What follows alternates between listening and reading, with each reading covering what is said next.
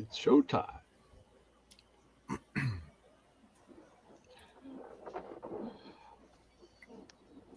Hello, everybody. My name is Lewis Lee, and this is Playing N Trafic. And we do this every Thursday night, 9 o'clock Eastern Time. So please tell your friends and family. If they're into cars, boats, trucks, or anything you put gas in, we talk about it. How you doing, Ray? Good, Lewis. And if anybody asks you what night is that on, just tell them it's the night that comes really fast. Man, it's like it's every other day. I know. Like every other day is a Thursday. I know. It's crazy. They say when you get older, time flies, and it's true. It is. Boy, is it ever. Yep. So what'd you have good on your show Sunday? We had a guy, and I don't know. I want to ask you if you want to have him on here because he's really, really good at what he does. Scott Kalicki, he wrote a book. I'll show you the book. Hang on. I have it right here. So if everybody doesn't know, Motor Mouth Radio is on every Sunday morning at 12 o'clock p.m. So go check them out. If you have any questions about cars, they know all about it. We fake what we don't know. Right. But, this guy's into Corvettes, and there's been ad nauseum books written about Corvettes, Mm-hmm. But he took a different approach, and he wrote a book about all of the Corvette concept cars. Oh, really? That were made from the beginning, from the Autorama days right to current day. Wow, that's got to be exciting. And he had a lot of good, a lot of good help with this and for his research. And he got a lot of cool pictures. Like that's the gull wing Corvette we were talking about on the show. Yeah. And since then, he was in touch with me, and he said, "Listen, if you have any other projects or any other Corvette stuff," he says, I kind of know a lot about these things. I'm always happy to, help out and join in." And the guy is very savvy with media, so I thought right away of having him on here because he's very conversational, and he was telling me that he's done a lot of interviews, obviously, and Car Tech publishes books, so they help him get interviews too. Right. And he told me, he said, "Listen," he goes, "I really enjoyed doing a show with you guys. I like working with guys who know and understand cars, as opposed to just a straight up talking head interview type of guys." Mm-hmm. So I said, "Yeah, I appreciate that. I appreciate the comment and all." And so he can get nuts and bolts too. So yeah, if you want me to pitch it, for sure. I'll ask him and I'll put him in touch with you. Yeah, man, that's exciting, man. That might even be something that some of these guys should start doing, is building those concepts, recreating them. That'd be hot. Yeah. Well, that's the thing. A lot of them have been destroyed. And he was saying that the order of the day was many times when they would do not even a true concept style car, but even just like a new design for a new model. The order of the day was, okay, after you get your 7/8 scale or 3/4 scale, whatever it is, and you decide what we're going to do, that gets scrapped, whether it's clay or a buck or whatever. And and sometimes they got saved, and they were like out the back door and into a truck waiting outside, and it went to like one of the brass's house or whatever. Mm-hmm. So some of the originals survived, and it's kind of hard to recreate something like that because it's a one-off. Yeah. So unless you have some real, at least some good pictures or something, and you have like you got to be like a Kindig and a Foose and a Jesse James all wrapped into one to be able to recreate it. It would be tough, but that's a great question, and I'm sure he'd like to field. So yeah, all right, I'll put it out to him. I will. Yeah, Arco would be the guy that would build something from scratch like that. There's another guy, right? Perfect. Yeah, Arco would be that'd be a project that's worthy of him for sure. Yeah. So all right, let's get the fellas in and see what they're talking about tonight. All right. You guys got your makeup on? Everybody camera ready? Wouldn't help me. What's up, fellas? Hey guys, what's going on? Yo, Thursday. Yeah. I think we got some what you call it in the chat room here. Let me Yeah, kick you them got out. some crazy stuff going on over there. Let me kick them to the curb. Are they in the right room? Are they in the right place? I mean, come on. That's wild. Right. So, Brian, you got to hear the show Sunday. What was your take on Scott and the Oh, whole?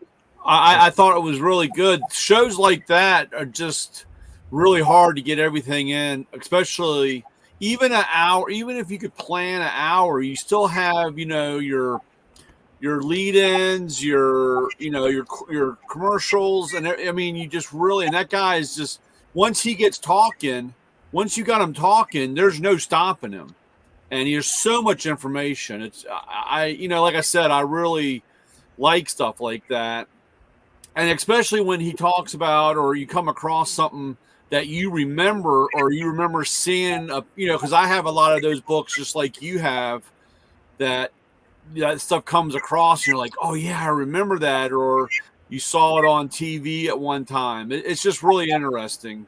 Yeah. Well, you probably liked it best because it kept me and Chris quiet, which I knew going in. I know that you kind of know going in. Now, I never spoke to this guy before. I'd never seen him before. We had a couple emails back and forth, but I know he wrote the book and I know he knows his subject. So going in, I said, okay, this is going to be one of those days where I got to get in whatever I got to talk about quick in the beginning. So I told him to come in at 12:15. I said, then it's time to shut up and sit down and listen. And that's exactly what I did. And I was happy because I want to hear his content. Yeah. And like I said, there's so much of that content. It's, like I said, you could have 2 or 3 shows, because especially when you break it down on a car or a certain, even just different times, I mean, this is a regular size, one of those regular size car tech books. It's how many pages? 175 pages. But there's so much information in here. I know he didn't scratch the surface because I read the book. So yeah, we'll bring him on here. We'll give him some extra time. Yeah, I love that. Yeah. Because I mentioned to him my friend Frank Dominiani, who owned High Speed Performance in Valley Stream. Now Frank was a lot older than us. I mean, he passed away in his 90s. But I know because he told me this. He said back when he was racing his Corvettes back in the 50s and 60s and 70s, but in the 50s specifically, I don't remember how he made the connection, but he got hooked up with Zora Duntov. And that was when the fuel injection program was kicking off and they were putting him in the cars. Of course, they had it in the 57 Chevys and all, but they wanted to make it the premier for the Corvette. And since Frank was racing Corvette and he already had a speed shop and a dyno, and he was more of an engineer type racer, the deal with Duntov was they'd send him parts in plain brown wrappers. Don't say where you got this stuff, but take it out and race it, and then let us know how you did, so we can work it and improve it. So he was like a skunk works for Duntov, which was in turn for Chevy. So I heard that, I was amazed. I wasn't really surprised because I know the way this guy, how good of a racer he was. So I told this story to Scott on the air, and later on we had an email, and I said, if you want to, I'm in touch with Frank's son all the time. We keep in touch regularly. Would you like to speak with him if he's interested? Because he's always sending me random files from his dad. He goes through file cabinets and there's letters from Chrysler and from Duntov and from Chevy, with his affiliation with the brands and things that he did with them. So his history he has is phenomenal. And Joe agreed. So I put the two of them together, and I'm waiting to see what comes out of that. That's going to be pretty cool. It could be another book. And the crazy stuff with that is there's so much of that stuff that will never be told or lost, or you'll never know. Right. And that's like, you come across, I can't think of anything right offhand, but you hear about cars that were, like you said, developed, and they get stuck in a warehouse someplace, and and they come across it and find it, or pieces or parts, or like I said, it's just that you just it's almost like that Ferrari that sold for almost $2 million. You see something in a barn and you're like, who wants this piece of crap? And then you find out that the guy originally, I think, wanted to sell it for $50,000, and everybody laughed at him. You know what I'm saying? But because it had the VIN still attached to it, Ferrari will rebuild it. And here you go. You got something that's 50 years old or whatever, 60 years, even older than that, 70 years old or whatever, that they'll rebuild. And it's crazy stuff. There's still stuff out there like that, Right. Yeah. So it is amazing. It is. Yeah, people like that. You just don't. People like that. Some people talk about it, and then you got people that don't. And it's, like I said, it's interesting. We'll never see all of it in our lifetime because a lot of it'll never, it'll be in barns for years to come. But that's why when stuff does come out, now with the media the way it is, it can make a splash. Everybody can see it, pretty quickly. So, yeah. Yeah. So we got some new people in the chat. So if anybody in the chat wants to ask a question or tell us anything good, feel free. We can see it in the chat room. We got a few interesting things in the chat room today. Yeah, we do. I'm trying to knock them off here. Yeah. John Show Car Builder. That's interesting. I don't know anybody that builds show. Well, I do know a guy that builds show cars actually. Yeah. Deadwood Nights. That's got to be out west, right? In South Dakota. South Dakota. Yeah, I would imagine. That's a little far. It's a little far. A little bit. Yeah. All right. So, has anybody ever seen any concept cars like that in person? I have seen a couple of the older ones. And then back through the 90s, I started going to the New York Auto Show. And the reason I went was really just to see the concept cars. Because even the new ones, the modern, like that's what we talked a couple of weeks ago. We talked about the Saturn Sky and the Pontiac, the Solstice. Solstice? Was that the version of the Sky? Yes. Yeah. I remember, like they came out as concept cars, or one of them did, or whatever. And Buick had some concept cars, even in the early 2000s, that were unbelievably gorgeous.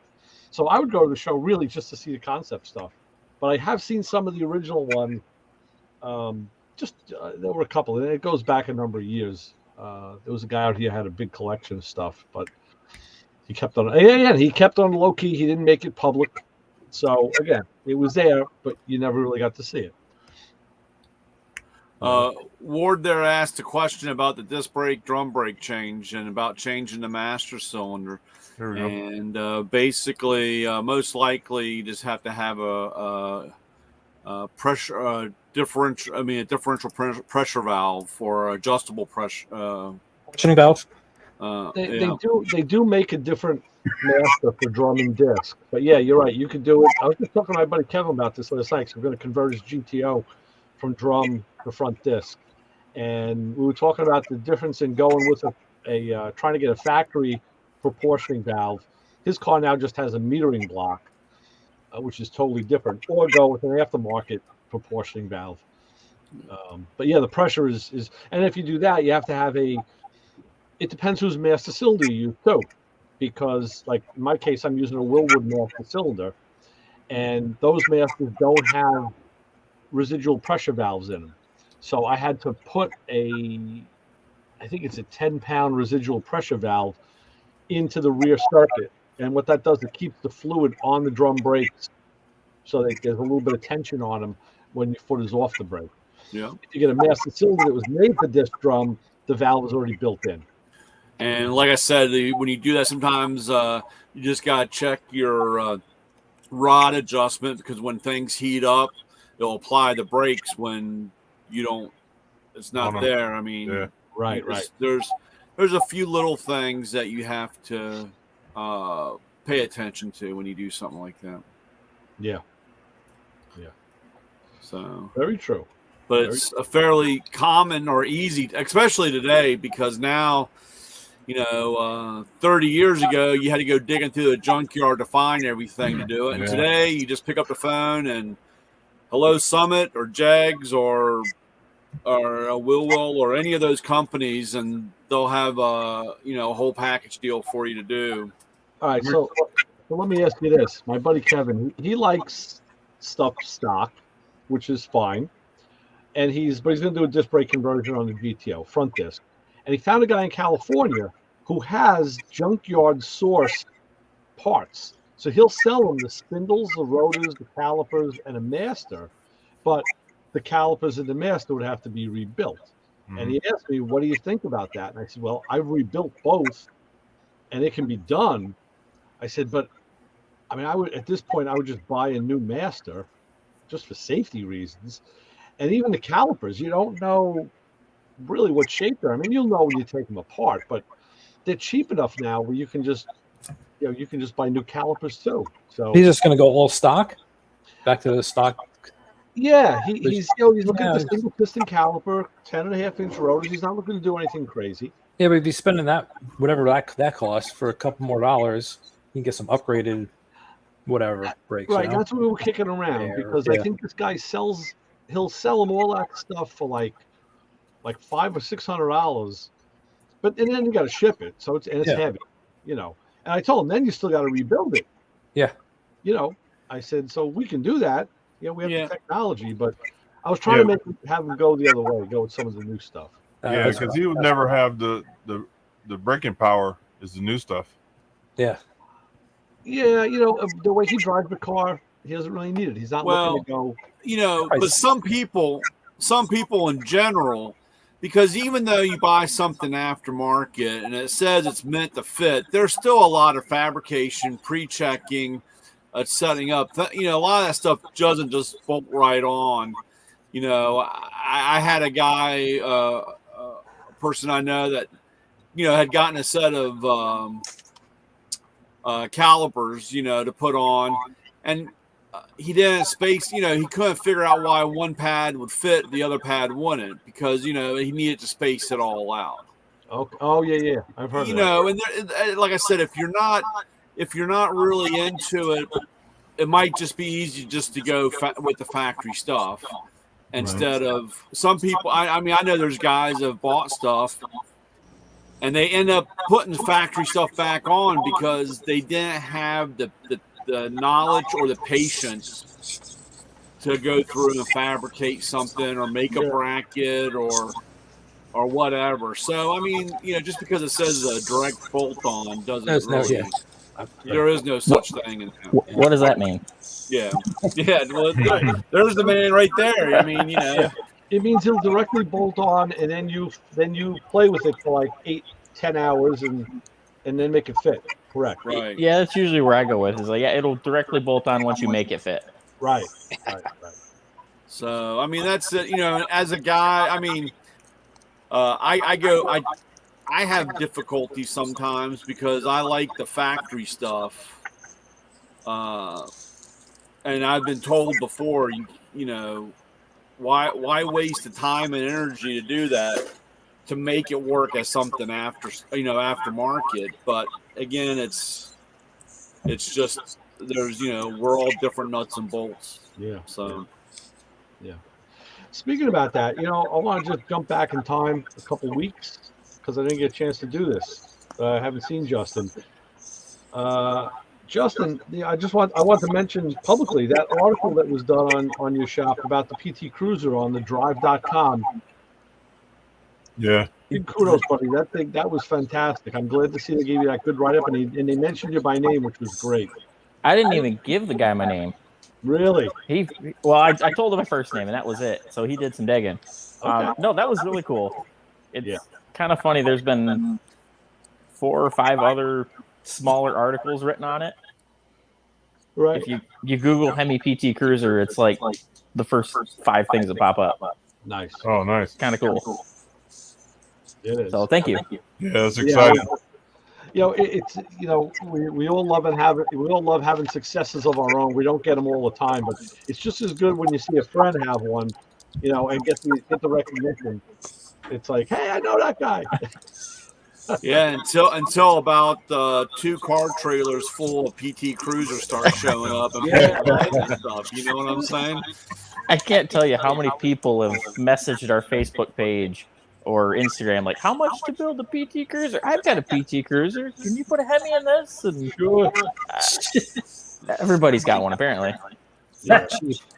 So I have an HHR, and people do the same kind of thing.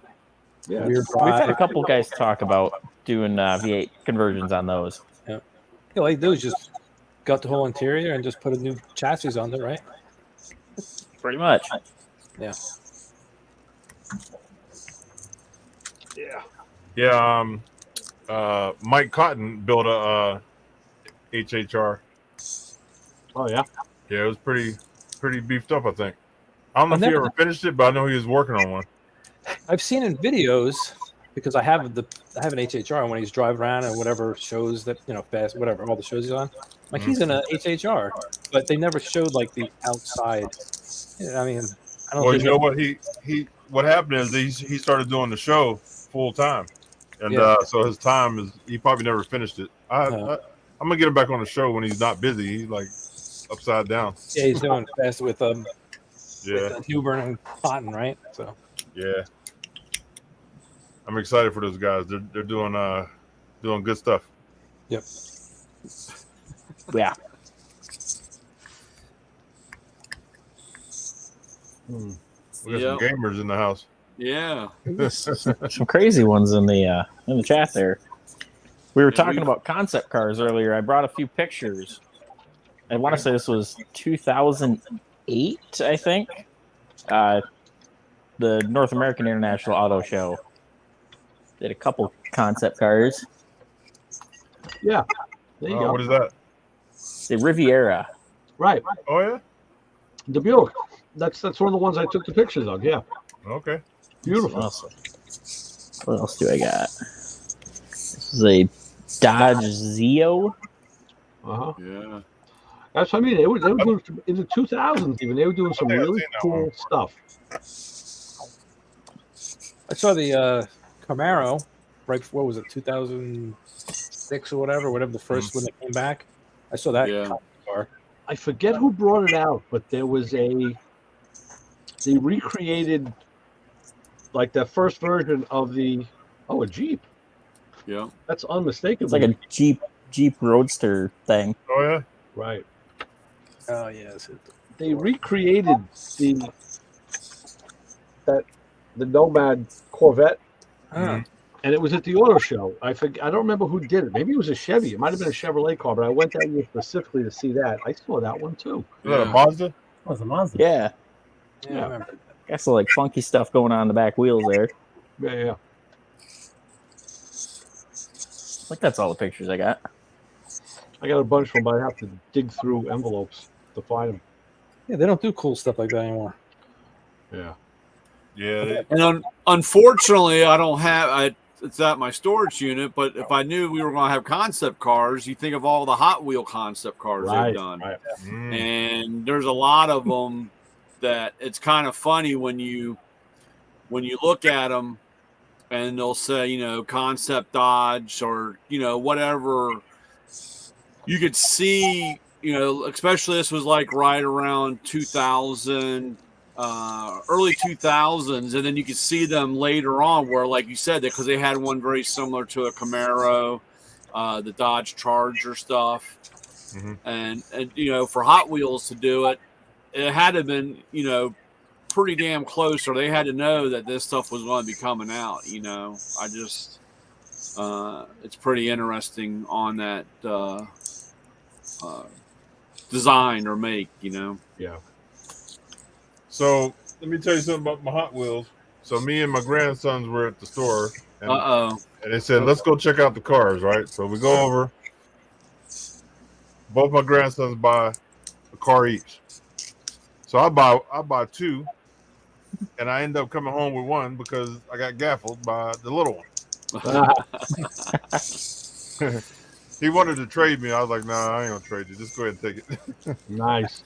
Yeah. So what were they? No pictures? Come on, man! I didn't have Man, that you long. threw the line out there and had me a little. I mean, I was all ready, man. Well, he had a lowrider. I think it was a what was it? A Buick. It was a Buick lowrider, and I bought a Lamborghini Diablo, Yeah. and Nice. he wanted that, so he ended up with it. My wife was there. I would have kept it. Yeah, I tell you. Yeah. Have you guys seen the pictures of the Tesla, the Cybertruck? Looks like they're going to be delivering them. Which truck is that? The Cybertruck, the Tesla. Oh yeah, there was. I saw something where they were 4 or 5 of them on a car carrier or something like that. Right. I can't believe they really made it. I don't know. So I picked this Anxious one up. to see who buys them. Look at that guy. Nice. Hey, we Holy see fuck. you in a minute. What's Where did he going come from? Just south of Texas. on? Yeah. Just yeah. South How's of everything going? Mexico. Gentlemen, good evening. Like I said, it's been a while. I've been out here. Let me adjust this just a bit. Glad to have you back. Thank you, Lewis. I see you the progress on school. It's looking good. Yeah, a couple more rolls of duct tape, and I might have it knocked out. I hear you. Ray, you sure you don't want to help me do kingpins in that 9400 Series International? You know, I would help you, yes. But like I said, I posted up some stuff. I've been working on a truck all week, and actually, one of the guys in the shop stuck me right in the neck with a shiv when he said, "Well, that's really not a truck. That's considered a light truck." I was like, "Oh, screw you!" Low control ones are 70 pounds a piece, man. Yeah. I wasn't going to say that too, but that is considered an LP. I know. And like I said, mine's- I give truck mechanics a tip of the wrench because that stuff ain't easy. You do need a whole different set of tools. I mean, the sockets start at 21 millimeters and you go up from there. Yeah, he's right. He's right there. The fellow is looking. Where is he? He's up there. That's who you talk to. Yeah, well, we had that part knocked. I had the right wrenches, but yeah, it's a young man's game. I came home Tuesday. My wife said to me, listen, when I was leaving, she goes, "Do me a favor, just don't come home today looking like you did yesterday." Yeah. Because she said, "I thought I was gonna have to dig a hole and throw you in." You'll definitely sleep good on that. Oh, I was After sleeping. you work on that, you'll sleep good for sure. Oh, yeah. Ray, I have seen guys crawl out from underneath a tractor, greasy from head to toe, front to back, looked like they were just dipped in grease, slide out from underneath the truck. Yeah. One of my buddies was telling me there was an old man that run a log truck up there in the country where he was at, and he would stop by every week and have them grease the chassis every week. Wow. So whenever they had to work on that truck, everything underneath that truck was covered in grease. It was old Kenworth, but I said, hell, that's probably why the thing's still running. Well, right. Mm-hmm. Back then, And truthfully, this Avalanche is an 02, and he had done some kind of a coating. It looked like a 415 on the whole chassis and all the components underneath. So, I'm peeling some of this stuff off because now it's been on there for 20-something years. But it did keep it in really good shape. I will say that. Yeah, I have debated on. I found this one company that's ECHS or something. It's a company that does chemicals. I found them up in Ohio, believe it or not, and they were, but they have offices and branches everywhere, and that's their specialty are undercoatings. Okay. And I've been checking into the product, and I'm thinking about having my 12 done because, like I said, I've got my 09 Silverado didn't have a lick of rust on it anywhere because, until it snowed here. Mm-hmm. A couple years back when we were in Sevierville because my daughter was going to UNOH at the time up in Lima. So we had a joint Christmas, New Year's in the Smoky Mountains, and we had 1 or 2 inches of snow in the Smoky Mountains. I get back to Charleston, and there's 8 inches of snow on the ground. Really? Here. And I'm like, it didn't bother me because I can drive, it didn't bother me because driving in the snow and trucks, and it doesn't bug me. It didn't bother me one bit. Right. But, right. They salted the hell out of the roads down here because everybody freaked out. Yeah. You know where the volume is. So They already got me on before even got here. Well, they don't use that salt. And I'll tell you one thing: if you have anything, that's at least 10 years old, you got to have it coated with something, because that brine stuff that they put down on the road is just brutal. it's aggressive. And It's aggressive. we actually used to sell a spray that had a reaction to that to wash that stuff off, because it will just destroy everything. And I've seen a couple. I've seen a couple of truck had, like you said, Brian, neutralizers. You spray it on there, and it's designed to do. They're like, don't be stingy with it. Just spray the hell out of every nook and cranny and get that crap in there. And they said, and it neutralizes that. We have and all that. We have a company that Flitz is the company that we sell, and they make a stuff for that. And it has a tractor trailer on the front cover, and it talks about. And I used to sell it because landscape companies, or even our county had it was kind of funny, because I go down to the county lot, and they were like, they had all bought new snow plows and salt spreaders, and they were like, why is this stuff already got holes in it? And the 10 years is supposed to last 15, and they were talking about that the stuff they use is just brutal. And the new metal is nowhere near like the old metal. So you gotta keep it clean and protect it, because it will rot out in a heartbeat. Yeah, very It true. will. So, Ray, do you like that old truck I tagged you in? Yes, that was quite. I don't know where you find this stuff, Vince. Well, it was that. I think that was about a early 50s Peterbilt with a 671 in it. The old it ain't nothing like the sound of an old two-stroker. Mm. One of the guys that goes to the memorial race we have every year, he's got a 430 or 453 with a turbo and all that in it. And you can hear him coming. It's like Wes is coming. It's sure, like I said, you can hear that old truck coming. I tried to get Lou to buy that truck one time, because he's got two, and he's basically just built them square tube, just straight up square tube, got roll cages in them just for whatever, and he tows a fifth wheel with it, and I mean, he's just. I was like, I don't know. I have enough projects going on between the hardtop, the convertible. I got a guy that was trying to talk me into making the parts car into a bracket car, and I'm like, man, I don't have time to build all this stuff right now, let alone the funds with this, thriving, Biden economy. Now let's be nice. No, it's not my contract. That was being Not nice. my contract.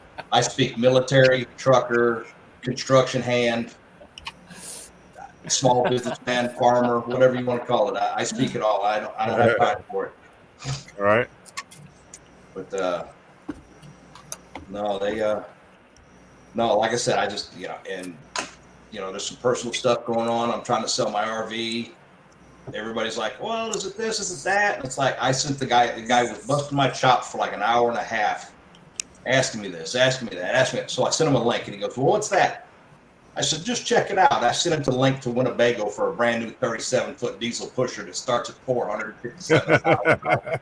There you go. You want a perfect one? We'll buy you a brand new one. Right. Yeah. You want one with 70,000 miles that I've spent 20,000 on in the last 2 years redoing the air conditioner, the shocks, airbags, everything. This RV, you can get in it, hit the key, and drive it anywhere. And everybody's busting my chops about, well, what about this? What about that? dude, you want a brand new one? Go to Winnebago or pick one. You want a brand new one. So. Yeah. I hate selling stuff online because you can put stuff in the description and they'll call and ask you the same stuff that's in the description. Yeah. Drives me crazy. Yeah. I thought about you. They can't read. Well, they don't read. That's the problem. It's not that they can't read. They don't read. They don't. That's right. Because I in fact, before I realized it was before I realized you guys were on, I was flipping through some stuff, and guy's got a 88 Bluebird school bus. He's trying to sell it for $12,000. I'm like, dude, that's a little high for and I mean, it's a straight school bus. It's dirty from sitting. 88. Nothing things on it. And I was like, man, that's big money. $12,000 for something that's that old. Yeah, you can get a 06 for cheaper. Yeah, and again, I was flipping He's through. probably trying to ride the wave of the trend of now guys doing, what you're doing, Lewis, and he figures now he's going to cash in. Yeah. I've seen a couple websites after you started doing schooling, husband and wife teams doing the same thing. Mm-hmm. We bought this and we're filming everything and and I work on my Merc, and I'm like, I keep thinking what you told me, Ray, I should videotape this, and I'm like, man, I don't have to. Nobody wants to see this old. Oh yeah, they do. Working on this car. It's just they do. It's not an easy thing to do, especially alone. It's not. No. Well, that's why what you do is just set up cameras all over the place and let them run. Yeah. Then Then you got to edit. Then you A lot of editing. It takes you 4 times as long to edit than it does to shoot. Yeah, like Arco, he don't do too much editing. He just he does a little bit, or not him, but he does a little bit and he puts it out. You don't have to go crazy on it. You know what I mean? Well, people want to see it. If you go back, a couple weeks back, I was looking at that stuff. I had run across that Dylan McCool, and like I said, a lot of his earlier videos were the same thing. They just like time lapse, had a tripod and a camera, and they did a time lapse, and he would just speed the film up to run through them. Where it takes him 5 minutes of airtime to show him 30 minutes of out there pressure washing this old Dodge. It's like there's a lot of different ways to skin a cat. I don't know. Oh yeah. So, but the key is film. Even if you never use it, but you'll have it. You know I what was about to say, it's one of those that if you've got the material, you can go through it and edit it in and work with it. But if you've got like 10 minutes of guys standing around throwing wrenches and cussing, that's all you got. Yep.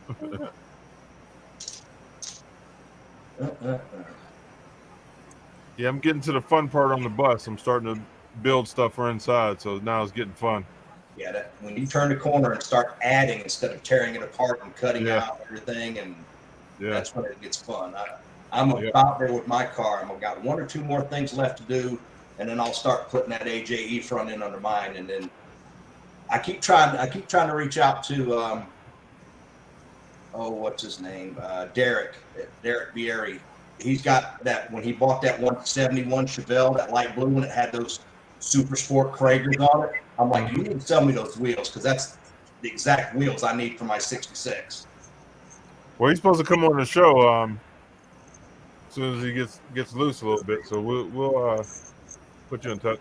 Yeah, like I said, being a 66, that was the that was the wheel back in the late 60s, early 70s. I remember them. And then the whole stink about that was Shirley Muldowney's crew chief was taking them apart and taking the screws out and putting aluminum screws in them, and then they were coming apart at speed, and then they blamed Krager. Yeah. God is my witness. They sued Krager because they were taking the wheels apart and monkeying with the screws, and they were coming apart. And they sued Krager. Krager goes, okay, fine, we're done. Nope, we don't make them anymore. Oh, wow. Shirley Muldowney was the reason that they don't make the Super Tricks anymore. Super Tricks. That was the wheel, man. They were stupid lightweight. I mean, they were like, it was in the 70s, they were spun aluminum, bolted together, bead of silicone and balance them. So Ray, when you gonna be heading down here? I got these wheels out here. It's got your name on them, and I got probably a big bag of grits and some other stuff. Yeah, problem is when I keep going down, I'm going west of you. Hey, you got any aluminum semi wheels? What are you looking for? 22.5. What do you want? You want the ones with the Peterbilt ovals or the Freightliner the little shape for the Freightliner? Oh, it don't matter. All of them look good compared to my school bus with the one on each side. Well, it's so what do you want? 6 aluminum, 22.5? Yeah. 22. Yeah, I don't know. Yeah, they're what is it? Standard 33 millimeter, just a standard hub, standard pilot hub. I don't know. What year is it? 03. Yeah, it should be a standard pilot hub with a 33 millimeter on it. I used to be able to find them all over the place, man. They're hard to come by now. Well, it just so happens there was a salvage yard 4 or 5 miles down the road from me. The guy that had it forever sold out, and then a guy come in there and crushed everything. Oh wow! And then now it's a big truck salvage yard, because I went in there and I bought a door latch or a claw latch from my International the other day, and he's got just rows and rows and stacks of aluminum wheels. Oh yeah. Because I was trying to find, if you remember when they introduced the T2000 back around 2000, 2001, they had a very distinct wheel that was only on the T2000 Kenworths. Mm-hmm. And my Freightliner has got one of them on it, and I want to match the pair for the front, because that truck's got steels on the back and aluminums on the front. And he had, like I said, he had a bunch of the Freightliner cutouts, the Peterbilts, the straight Alcoa, the holes, the big holes, the little holes. Because the earlier wheels had the smaller holes on them, and then the later models they bumped up the size of the holes in the hub or in the wheel itself. Yeah. So, And the only other problem that will be when on that stuff that used to lay around forever, but when the market turns a little bit and all that scrap metal stuff goes up, they all go take that stuff and crush it and sell it. Yeah, just in a heartbeat. That's what we're dealing with up here. We can't find them. I used to, 2000, 2005, I could find them anywhere. I had them on all my trucks, and now it's like a ghost. But when the market's strong, they'll sit on them. That's when you can find stuff. But I got a couple scrap guys, because I got 2 pallets on the side of the house of scrap metal or scrapped aluminum and metal. And I told the guy to come by and get it. And he said, right now is not the time to do it, because he's like, I'm already sitting on enough stuff. Yeah. And I'm like, dude, I said, I really don't even care about the money. I said, just come get the stuff, because I need the space. The space is worth more to me right now. I've got 8 or 9 Audi transmissions and a couple Quattro rears and, all kinds of stuff sitting out here that I've been sitting on. And I just told him, I said, just come get it, because I need the space more than the money. Yeah. I'd love to have the money, but don't get me wrong, but the space is worth way more. About 15 years ago or more, I was looking for wheels for my Fiat, and a guy who calls the show worked at a junkyard. He says to me, listen, my buddy had a Fiat, and he's got 4 wheels. They're aluminum slots. I was like, okay, I was looking for the Daisy wheel, but I said, the aluminum slots are cool. And we went back and forth. How much did you want from him? Well, you should come look at him. I'm like, yeah, I'll come look at him, but give me a ballpark. I don't know if I'm wasting my time or his time. He couldn't come up with a number, but he finally said to me, I'll tell you what. He says, he'll look it up, and whatever he can get, whatever the scrap value is, he'll give them to you for the scrap value, because if you don't buy them, that's what he's going to do with them.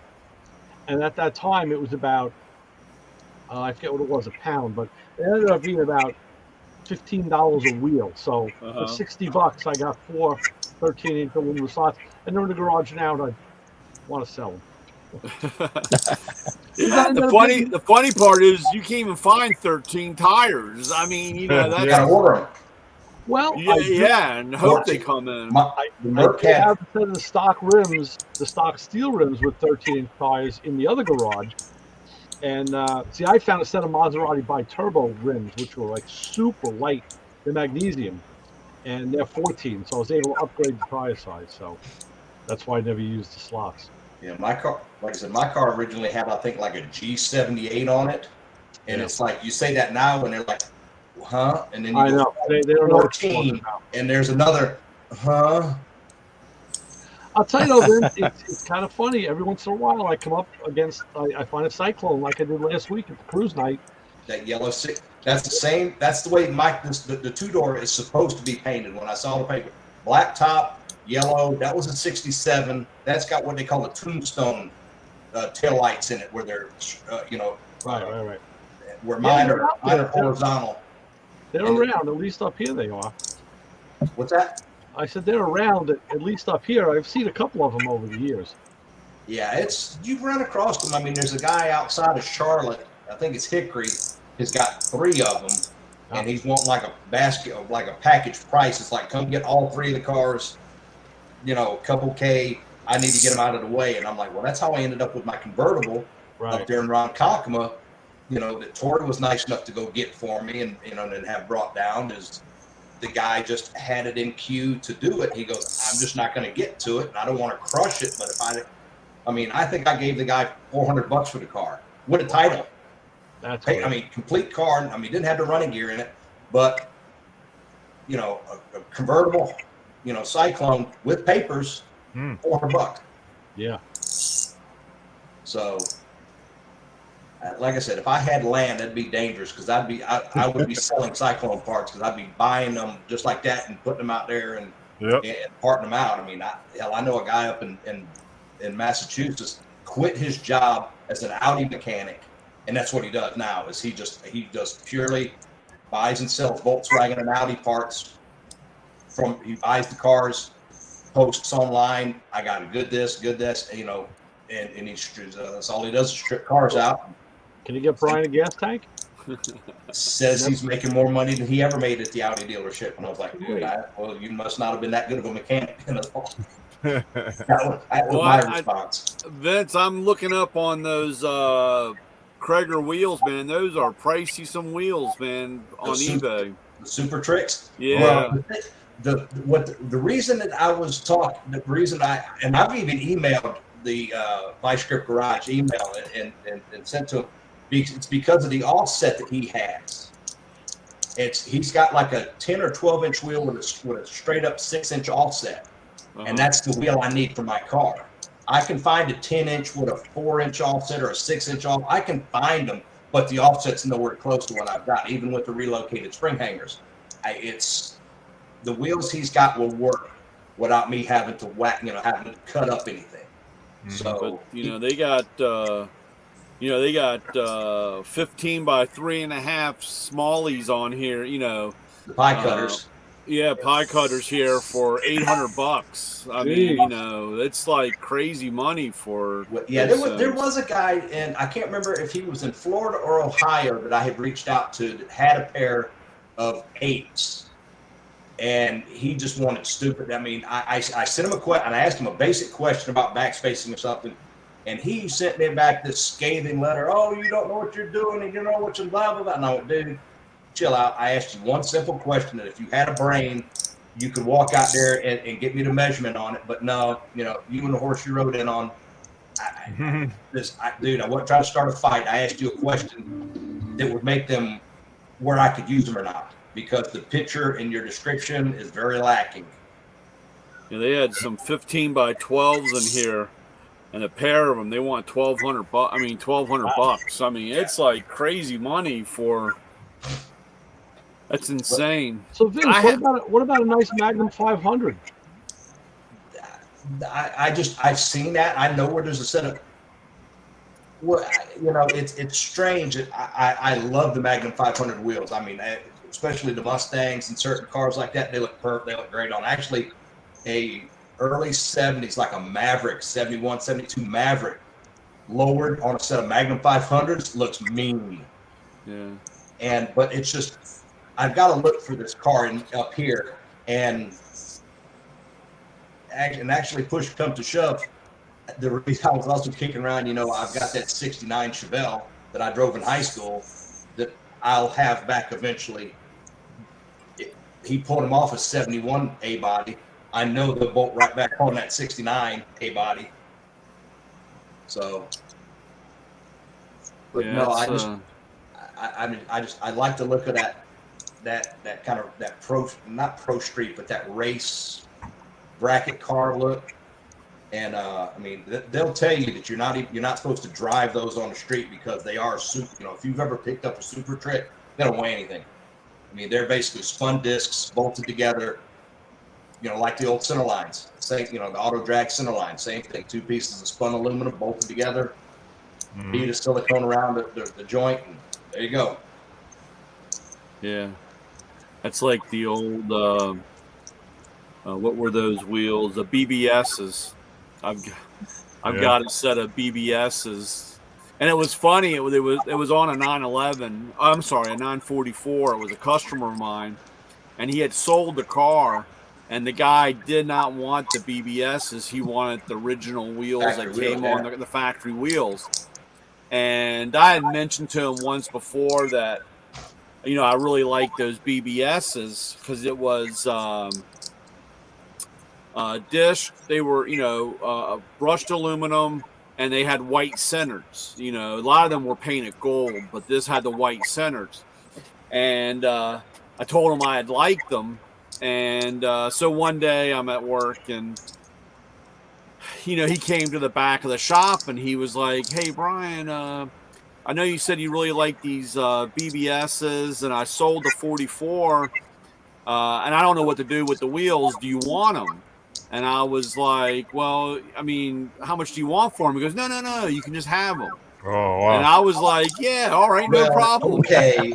I said, "Okay, yeah, I'll twist see my arm, you know." Okay.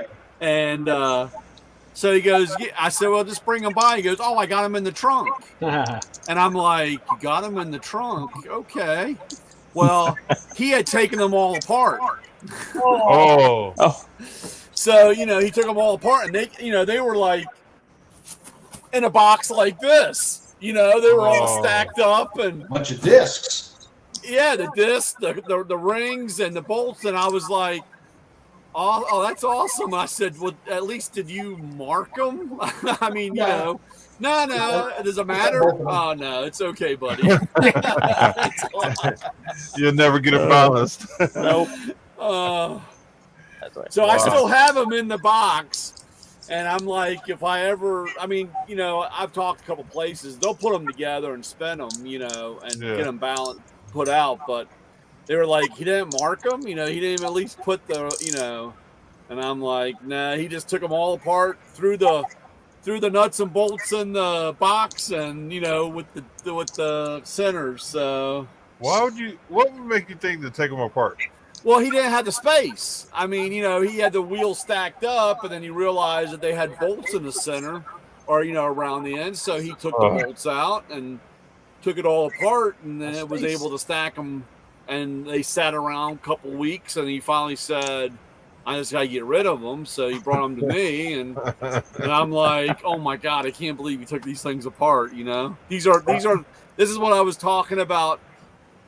Doing something modified to your car, and you think it's, you know, oh, I saw this on TV, so it should be really easy. You know what I'm saying? And you end up spending, you know, throwing the wrenches around, like Vince said, throwing the wrenches around, and then next thing you know, you're just putting the old part back on and saying F it. So, Brian, the lack of common sense that I've seen over 30 plus years of dicking with cars is mind-numbing sometimes. It's like, why did you take this all apart when all you had to do was like take that bolt off and that bolt off, and it all comes off, and you made 10 times more work for yourself had you just not looked at it and went, oh, spindle, okay, nut, bolt, tire, okay, instead no nut, bolt, you know. Oh, I know. Bearings, seals, pieces, rotors. It's like, oh my God, you could have taken it all off in 2 bolts and had it as an assembly. It just. I don't know if it's people, they don't look at things the same way that, you know, I do, or a mechanically inclined person does. I don't know. Well, I don't know. I see it a lot in the shops. and they're supposed to be the experts. So I mean, I see a lot of things. The thing that got me, and Ray can probably attest to this, is when the stigma of being a mechanic got to be, a bad word. They're not mechanics now; they're technicians. It's like That's fairly recent. That's fine, but I'll take a backwoods mechanic with common sense any day of the week over a technician that's got a wall full of charts and ASC certifications. Right. Call me crazy, but I mean, when I had my ASC certifications, it was like, okay, mail it, fill out this little form and mail it in. And then, if you answered all the questions right, they'd send you back your little patch and your little certificate you hang on the wall.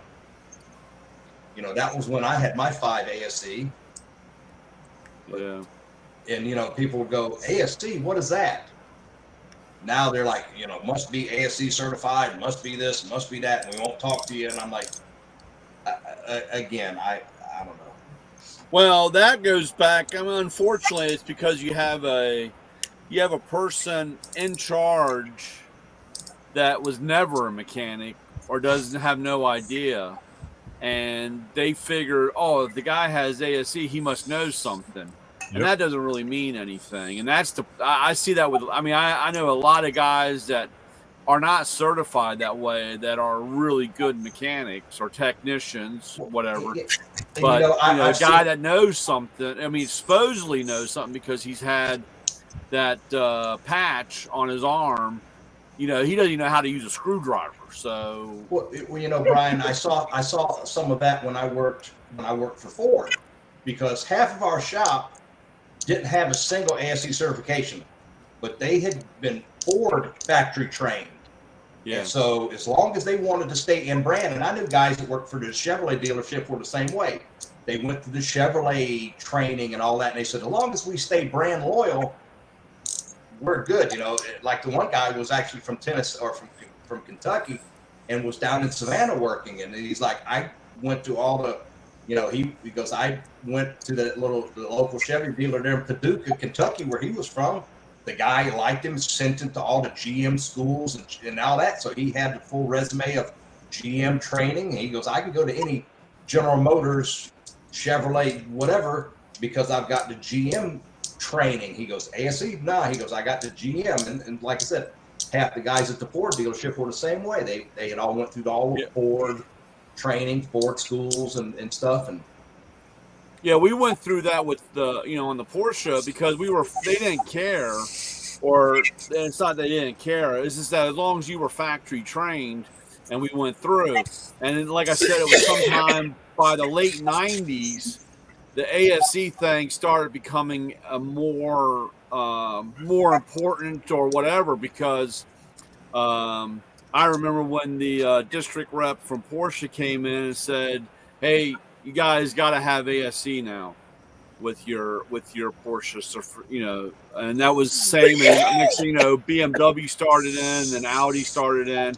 and that was, like I said, late 90s when we started had to have that, because they were starting to advertise it as being professional, I guess, or whatever.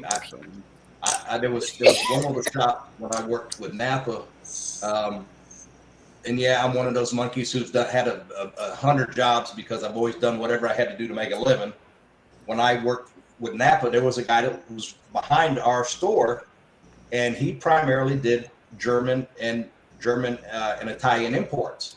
And he had a guy that was working for him who was factory trained on Lamborghini, Ferrari, Porsche, and what was the other one? I don't remember. What was it? Because he was like one of the only certified Lamborghini mechanics in like the tri-state area at the time. And he's like, ASC? He goes, what the hell is that? He goes, and he pulls out his little certificate, written in Italian from Lamborghini. He goes, I went to, he goes, I was there to, the factory and passed their training to work on Lamborghinis and that. And that was when I learned to change an oil in a Porsche. It was, This is all the factory training stuff. You know, he's we the had one a little walk in and go- passport with the training courses in it. He'd walk in there and go, I need a case of oil. And I'm like, what are you doing? Okay. He goes, I'm changing oil on a 911. He's like, 911 takes a case of oil? That's not fun. But again, and that guy basically closed his shop. And last I heard, he's basically handling a plastic surgeon's fleet of vintage Ferraris and Porsches. And that's all he does. He keeps the cars in running order. So if Doc goes, I want this car in Road Atlanta or this car in 10-4. Well, speaking of that, Vince, I got to say, I have a receipt from my friend's shop today. I actually paid $120 for a case of oil today. Wow. And that's a discount. I get the shop rate. Wow. 10 What type of oil was it, Ray? It's Golden Spectro 5W40 synthetic with high ZDP. Yeah. Yeah, I'm looking down here. There's supposed to, I've had a couple guys because, like I said, that this 466 has got a hydraulic flat tappet in it. That was done. It was built in the early '80s. I mean, this cam was cut in the early '80s, and it was the backup cam for another one. And I'm looking for it's if you remember when Kendall was green. Yep. Yeah, and I'll tell you what oil you get now.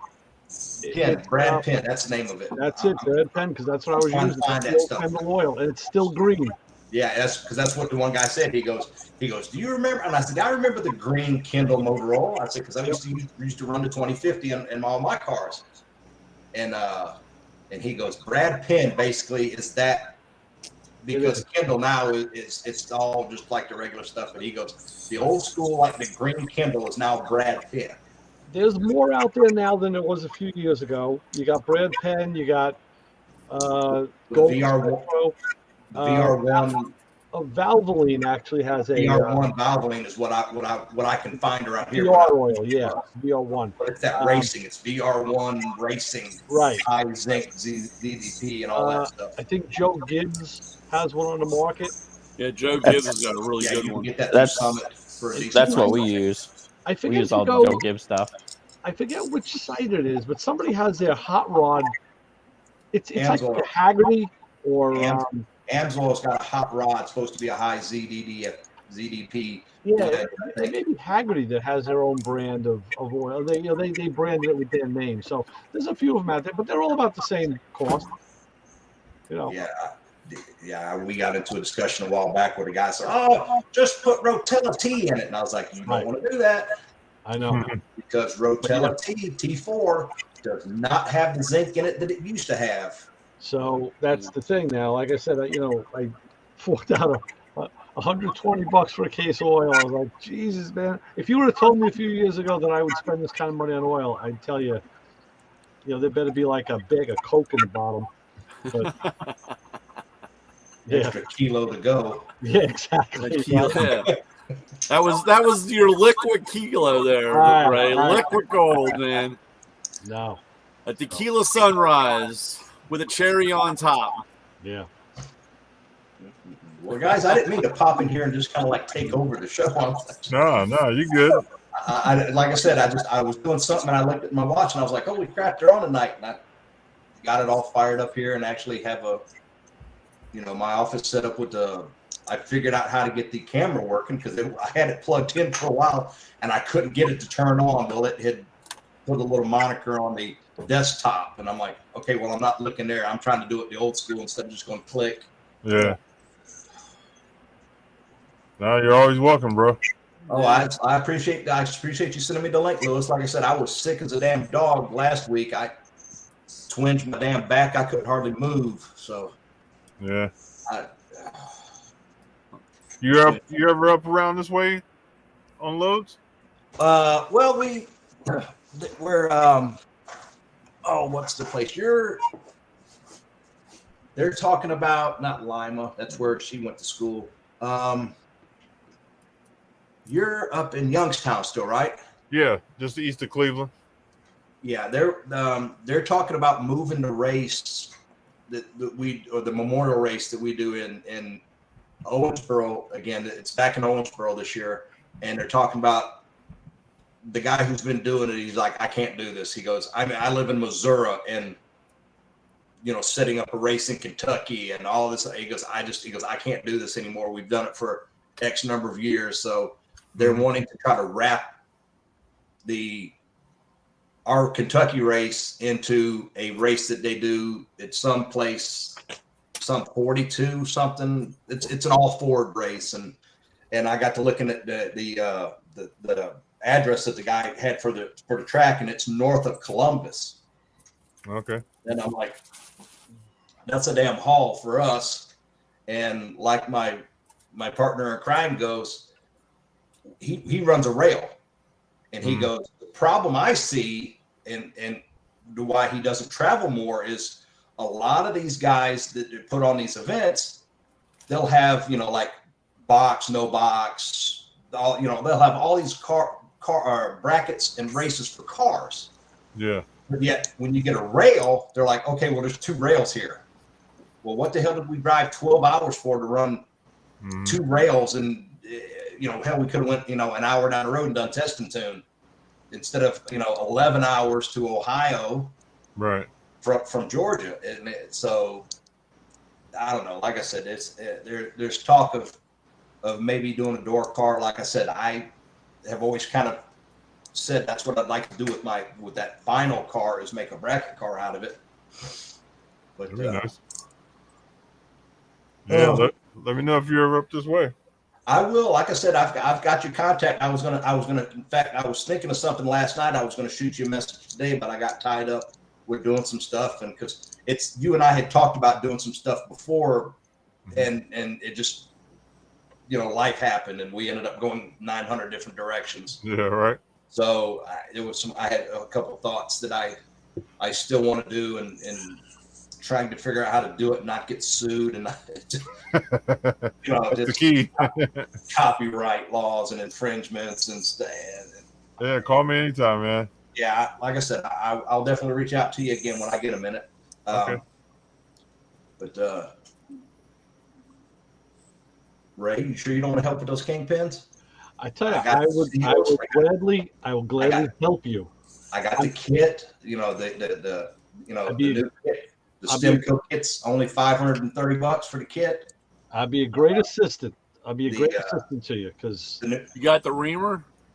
This is a no ream kit. It's the Stemco. Famous last words. Good luck. Good luck, Vince. Brian, these are a new design where most people that are not around heavy equipment and all that don't realize that when you grease a kingpin front end, the proper way you grease it is to jack it up to take the weight off of the kingpin. Yeah. And all these shops that go chink, chink, chink, chink, chink, chink. Well, yeah, you didn't grease the kingpin. You put a little grease on top of the pin and a bottom on the pin. Yeah. Unless you get underneath it and jack it up where you actually see the kingpin relax, then you can grease the entire pin. Yeah. These new design have they've got spiral cuts in them, so that when you put them in, you can grease them, and it will grease the pin properly because it pushes it through the grooves in the pin. Yeah. And it's a hell of a design, and that's that Stemco has done that kit, and it's supposed to be a non-ream kit. The only thing I can say to that is you said it's new, so Justin, tell them, what does new mean? Never ever worked. Thank you. Well, remember this. When I say new, that means it was new technology from the 90s. So they've been around a little bit, but yeah, I get that of trying to put A with B and C with D and then mash them together, and none of them have ever played together. So that's one of the things I'm not looking forward to, but. Like I said, my car for those who don't know, it's a 66 Mercury Cyclone GT. It's an original 394 speed car. Got the 9-inch 325 gears with a posi in it factory. I've got a 500 horse aluminum headed C6 going in it with a C6 or 466 C6 transmission. It should be a nice little cruiser just to beat around, as we call them, a Dairy Queen car, just a scooter poop, maybe run around. And the problem with those cars, even with the 390, they run the front end designs of those years.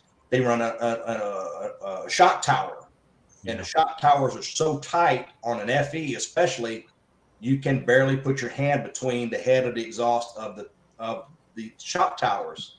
Small block cars are not too bad, because I learned how to drive in a 66 Fairlane with a 3 on the tree, and a little small block there, there's room. It's tight, but there's room.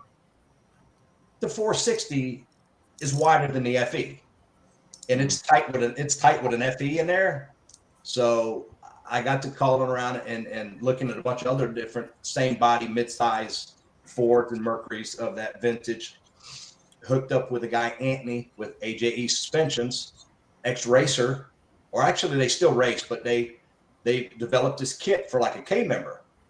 And he says, you basically pull the stock stuff out. You strip your frame horns down, and then you gauge your measurements from the holes. Because initially I was going to do the Shelby drop, because that's another way with Shelby figured out you could play with the suspension on those cars and make them halfway handle.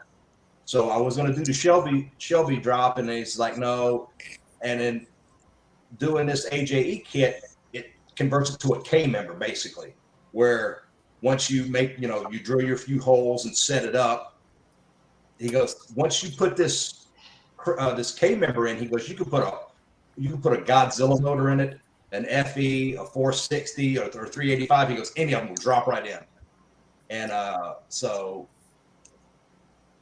I don't know that a buddy of mine has one of those Godzilla motors in a pickup truck, and that thing will fly. And you talking about a crew cab, 8-foot bed, 1 ton, and this thing smokes down the road. 10-speed transmission, 7-liter, push rod V8. After they said all the years of the push rod motor are, they're gone, they're dinosaurs. Well, why are they still working on them? Yeah, that's the hot one right now is the Godzilla. Yeah.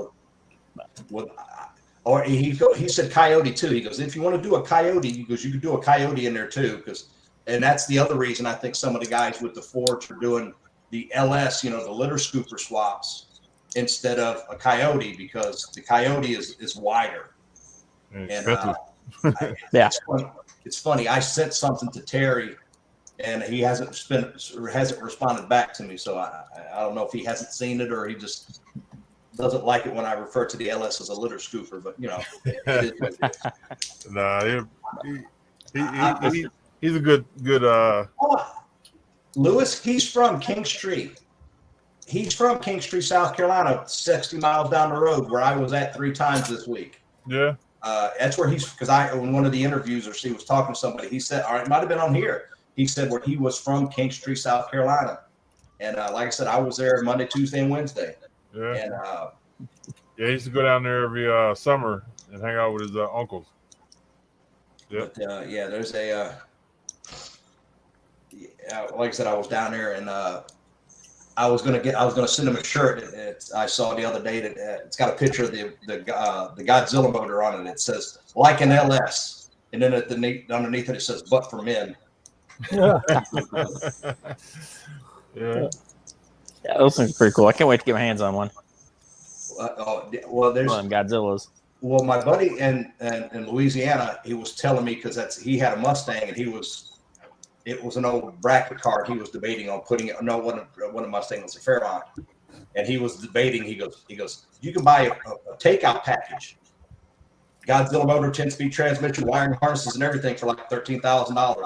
He goes, I know where there's 4 or 5 of them just sitting on the pallets, ready to go. And I'm like, man, I got enough projects in the wind right now. I don't need to add more stuff to any. But if you've seen some of the stuff that what's his name, his YouTube name, Cletus McFarland, they took that little notch back and put a Godzilla motor in it with a turbo and a Lenko and stuff in it, and they're like, this son of a gun flies. I went, well, yeah, no wonder it's play with a real car. But again, that's how these guys make all this money on YouTube and these videos. And there's an algorithm to it, views and subscribers, and you get X number of subscribers, and then if videos watched and time watched, and then they pay. I It's don't a know. hustle. Well, yeah, and the way they explained it to me is like you might get, say, 15, 20 cents per view for a full view. Well, you look at, like, just to pick a name because I used it already, of Cletus McFarland and his YouTube, and anytime he drops a video within 2 or 3 hours, he's got like 1 million views. A couple days later, he's got 3.5 million people subscribed to his channel. Mhm. So all he's got to do is just keep dumping videos, and if his loyal followers keep watching them, it's just sitting there ringing the register. There's a lot of people doing it full time. Well, there's one guy that I ran across up in Tennessee, Sleeper Dude. He does a lot of stuff like that. He's got a Fairmont. He's doing a big block Chevy with twin turbos on, and he was a body man. He goes, I quit $130,000 a year as a body man, and now I'm doing YouTube videos. Mm-hmm. It's no joke. If you do it right though. Yep. And that's what I was saying earlier. It's like nobody wants to see, and I remember, Ray, when I first got this car, you were telling me, I needed to video all of this stuff, doing it. And I'm like, man, because I was out there working on it the other day, and I was like, I could hear you in the background, Ray, going, you should be recording this. You should be filming this. And I'm like, damn, I don't have, all I got right now is my little phone. And I'm like, well, I have there's a guy I follow now. I follow this guy Rachel with Kenny, and he does a video every day, and he uses his phone. Yeah. That's what all my stuff is. Terry uses his phone. A lot of people do. Well, then again, we all know this is a $1,400 computer with a phone app. Yep. That's it. But hey guys, I gotta jump ship. All right. I'm getting old. I'm up past my bedtime. Oh man. You're not gonna turn into a pumpkin, are you? Yeah, I might. Hey, speaking of pumpkins, I gotta show you some pictures next week, man. My wife grew some next to the garage. Really? Man, I got one on the fence, like the vine went up on the fence, and this thing's hanging on the fence. It's huge.